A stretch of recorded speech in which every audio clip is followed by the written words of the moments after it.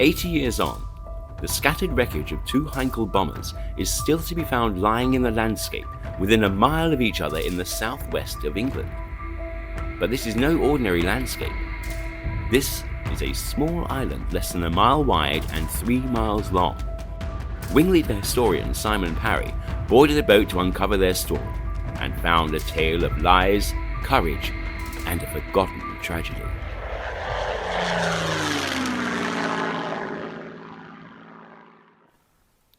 Lundy is a small island in the Bristol Channel, about 12 miles off the north coast of Devon.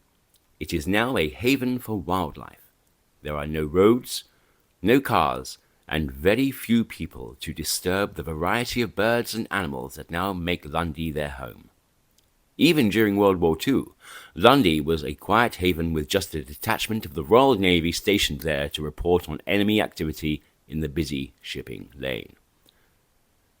But eventually, even Lundy fell to the echoes of war when 3 aircraft crashed onto the island. The first aircraft to fall was a Heinkel 111. An RAF intelligence officer wrote, "On the 3rd of March 1941, this crew had been searching for another crew that had ditched in the Bristol Channel. The radiator from the port engine started to overheat. The pilot tried to carry on with only the starboard engine, but this also overheated. Furthermore, their compass failed and they became entirely lost.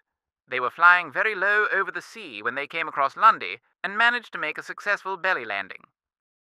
The Heinkel had slipped in at a low level, almost unnoticed, and made a good wheels-up landing close to the middle of the island.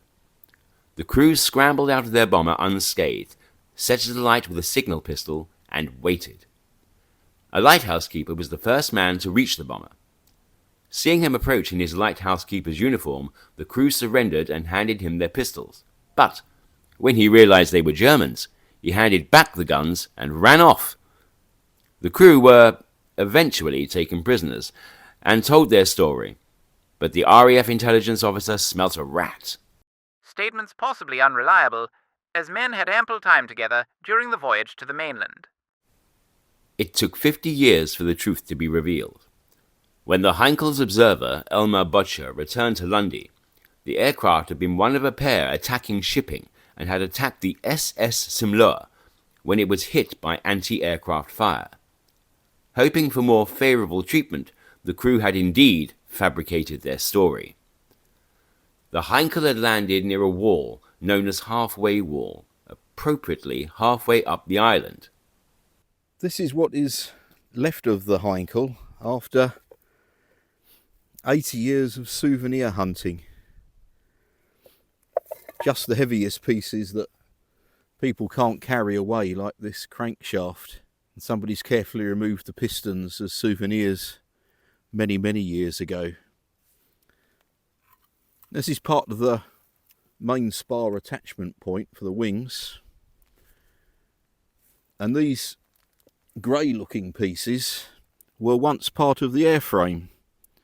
And when the crew set fire to it, the aluminium melted and formed itself into the shape of the ground. And now it looks for all the world like a piece of rock itself. Less than a month later, on April the 1st, a second Heinkel crashed. This Heinkel was from the same unit as the first to crash and had also attacked a convoy when it was hit by anti-aircraft fire. One engine failed, and the pilot headed for Lundy. The second engine began to fail as the towering sea cliff known as Dead Cow Point loomed ahead. With little power from his failing engine, the pilot could not lift the bomber over the cliff. At the last moment, he swung the bomber away, but he was too late. The Heinkel hit Parrot Rock a glancing blow and burst into flames. The pilot and his observer in the nose were killed instantly, but the pilot's actions saved the lives of the other 3 crew who would undoubtedly have been killed if they had hit the cliff head on. When rescuers arrived, the most severely injured men were carried up the cliff slung in a raincoat, because it was too steep to use a stretcher. The bodies of the 2 dead men were never recovered, and they remain missing to this day. The weather on the west side of Lundy is a lot rougher than where the other Heinkel was. I was told it's called Parrot Rock because it looks like a parrot bill, and I'm gingerly coming down the side of the cliff thinking, yeah, I think actually that is Parrot Rock, or could be. Yeah, in fact, I can see what I'm after. I'll vaguely zoom in. There, right in the middle, the end of a crankshaft. Fantastic. Now let's come around the corner, and lo and behold, there's the rest of the engine, well and truly wedged in. Probably proof against souvenir hunters for many years. Evidence that the Heinkel actually smashed into these rocks and burnt out exactly where the wreckage still is. It's down here. Now, if you look, you can see this once molten aluminium is actually wedged under the rock where it burnt, and it's kind of become part of the cliff itself. The story of these two Heinkels has passed into legend, even being mentioned in local histories. But there was a third crash on Lundy. Perhaps it is because the circumstances were so tragic and an RAF aircraft had crashed that it is rarely mentioned. The Whitley was a medium bomber, but in 1942 aircraft from 77 Squadron were sent to Devon from their base in Yorkshire to fly anti-submarine patrols for Coastal Command. On June 1st, 1942, sea fog covered Lundy and snared a Whitley heading home to RAF Chivenor in North Devon.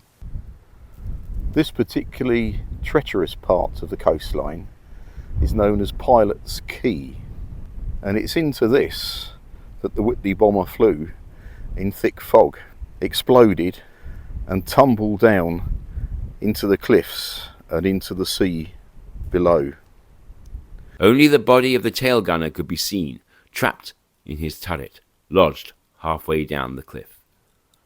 A young man, John Harmon, who had spent many of his formative years on Lundy, volunteered to crawl down to the wreckage to get the body out, risking his life if the tail suddenly became dislodged.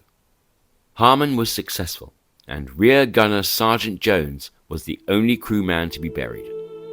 The bodies of the 5 other crew members were never found. Today, there is no memorial, and no trace of the large bomber that took the 6 men to their deaths. Time and the sea have washed away every last trace of this dramatic event, and Lundy has returned to being a haven of peace in a troubled world. 2 years later, courageous rescuer John Harmon was serving with the British Army in Burma. Once again, he showed no fear as he stormed and neutralized 2 Japanese machine gun posts single-handedly. But on returning to his comrades, he was hit by a burst of machine gun fire and died in the arms of his commanding officer. He was posthumously awarded the highest award in the land, the Victoria Cross.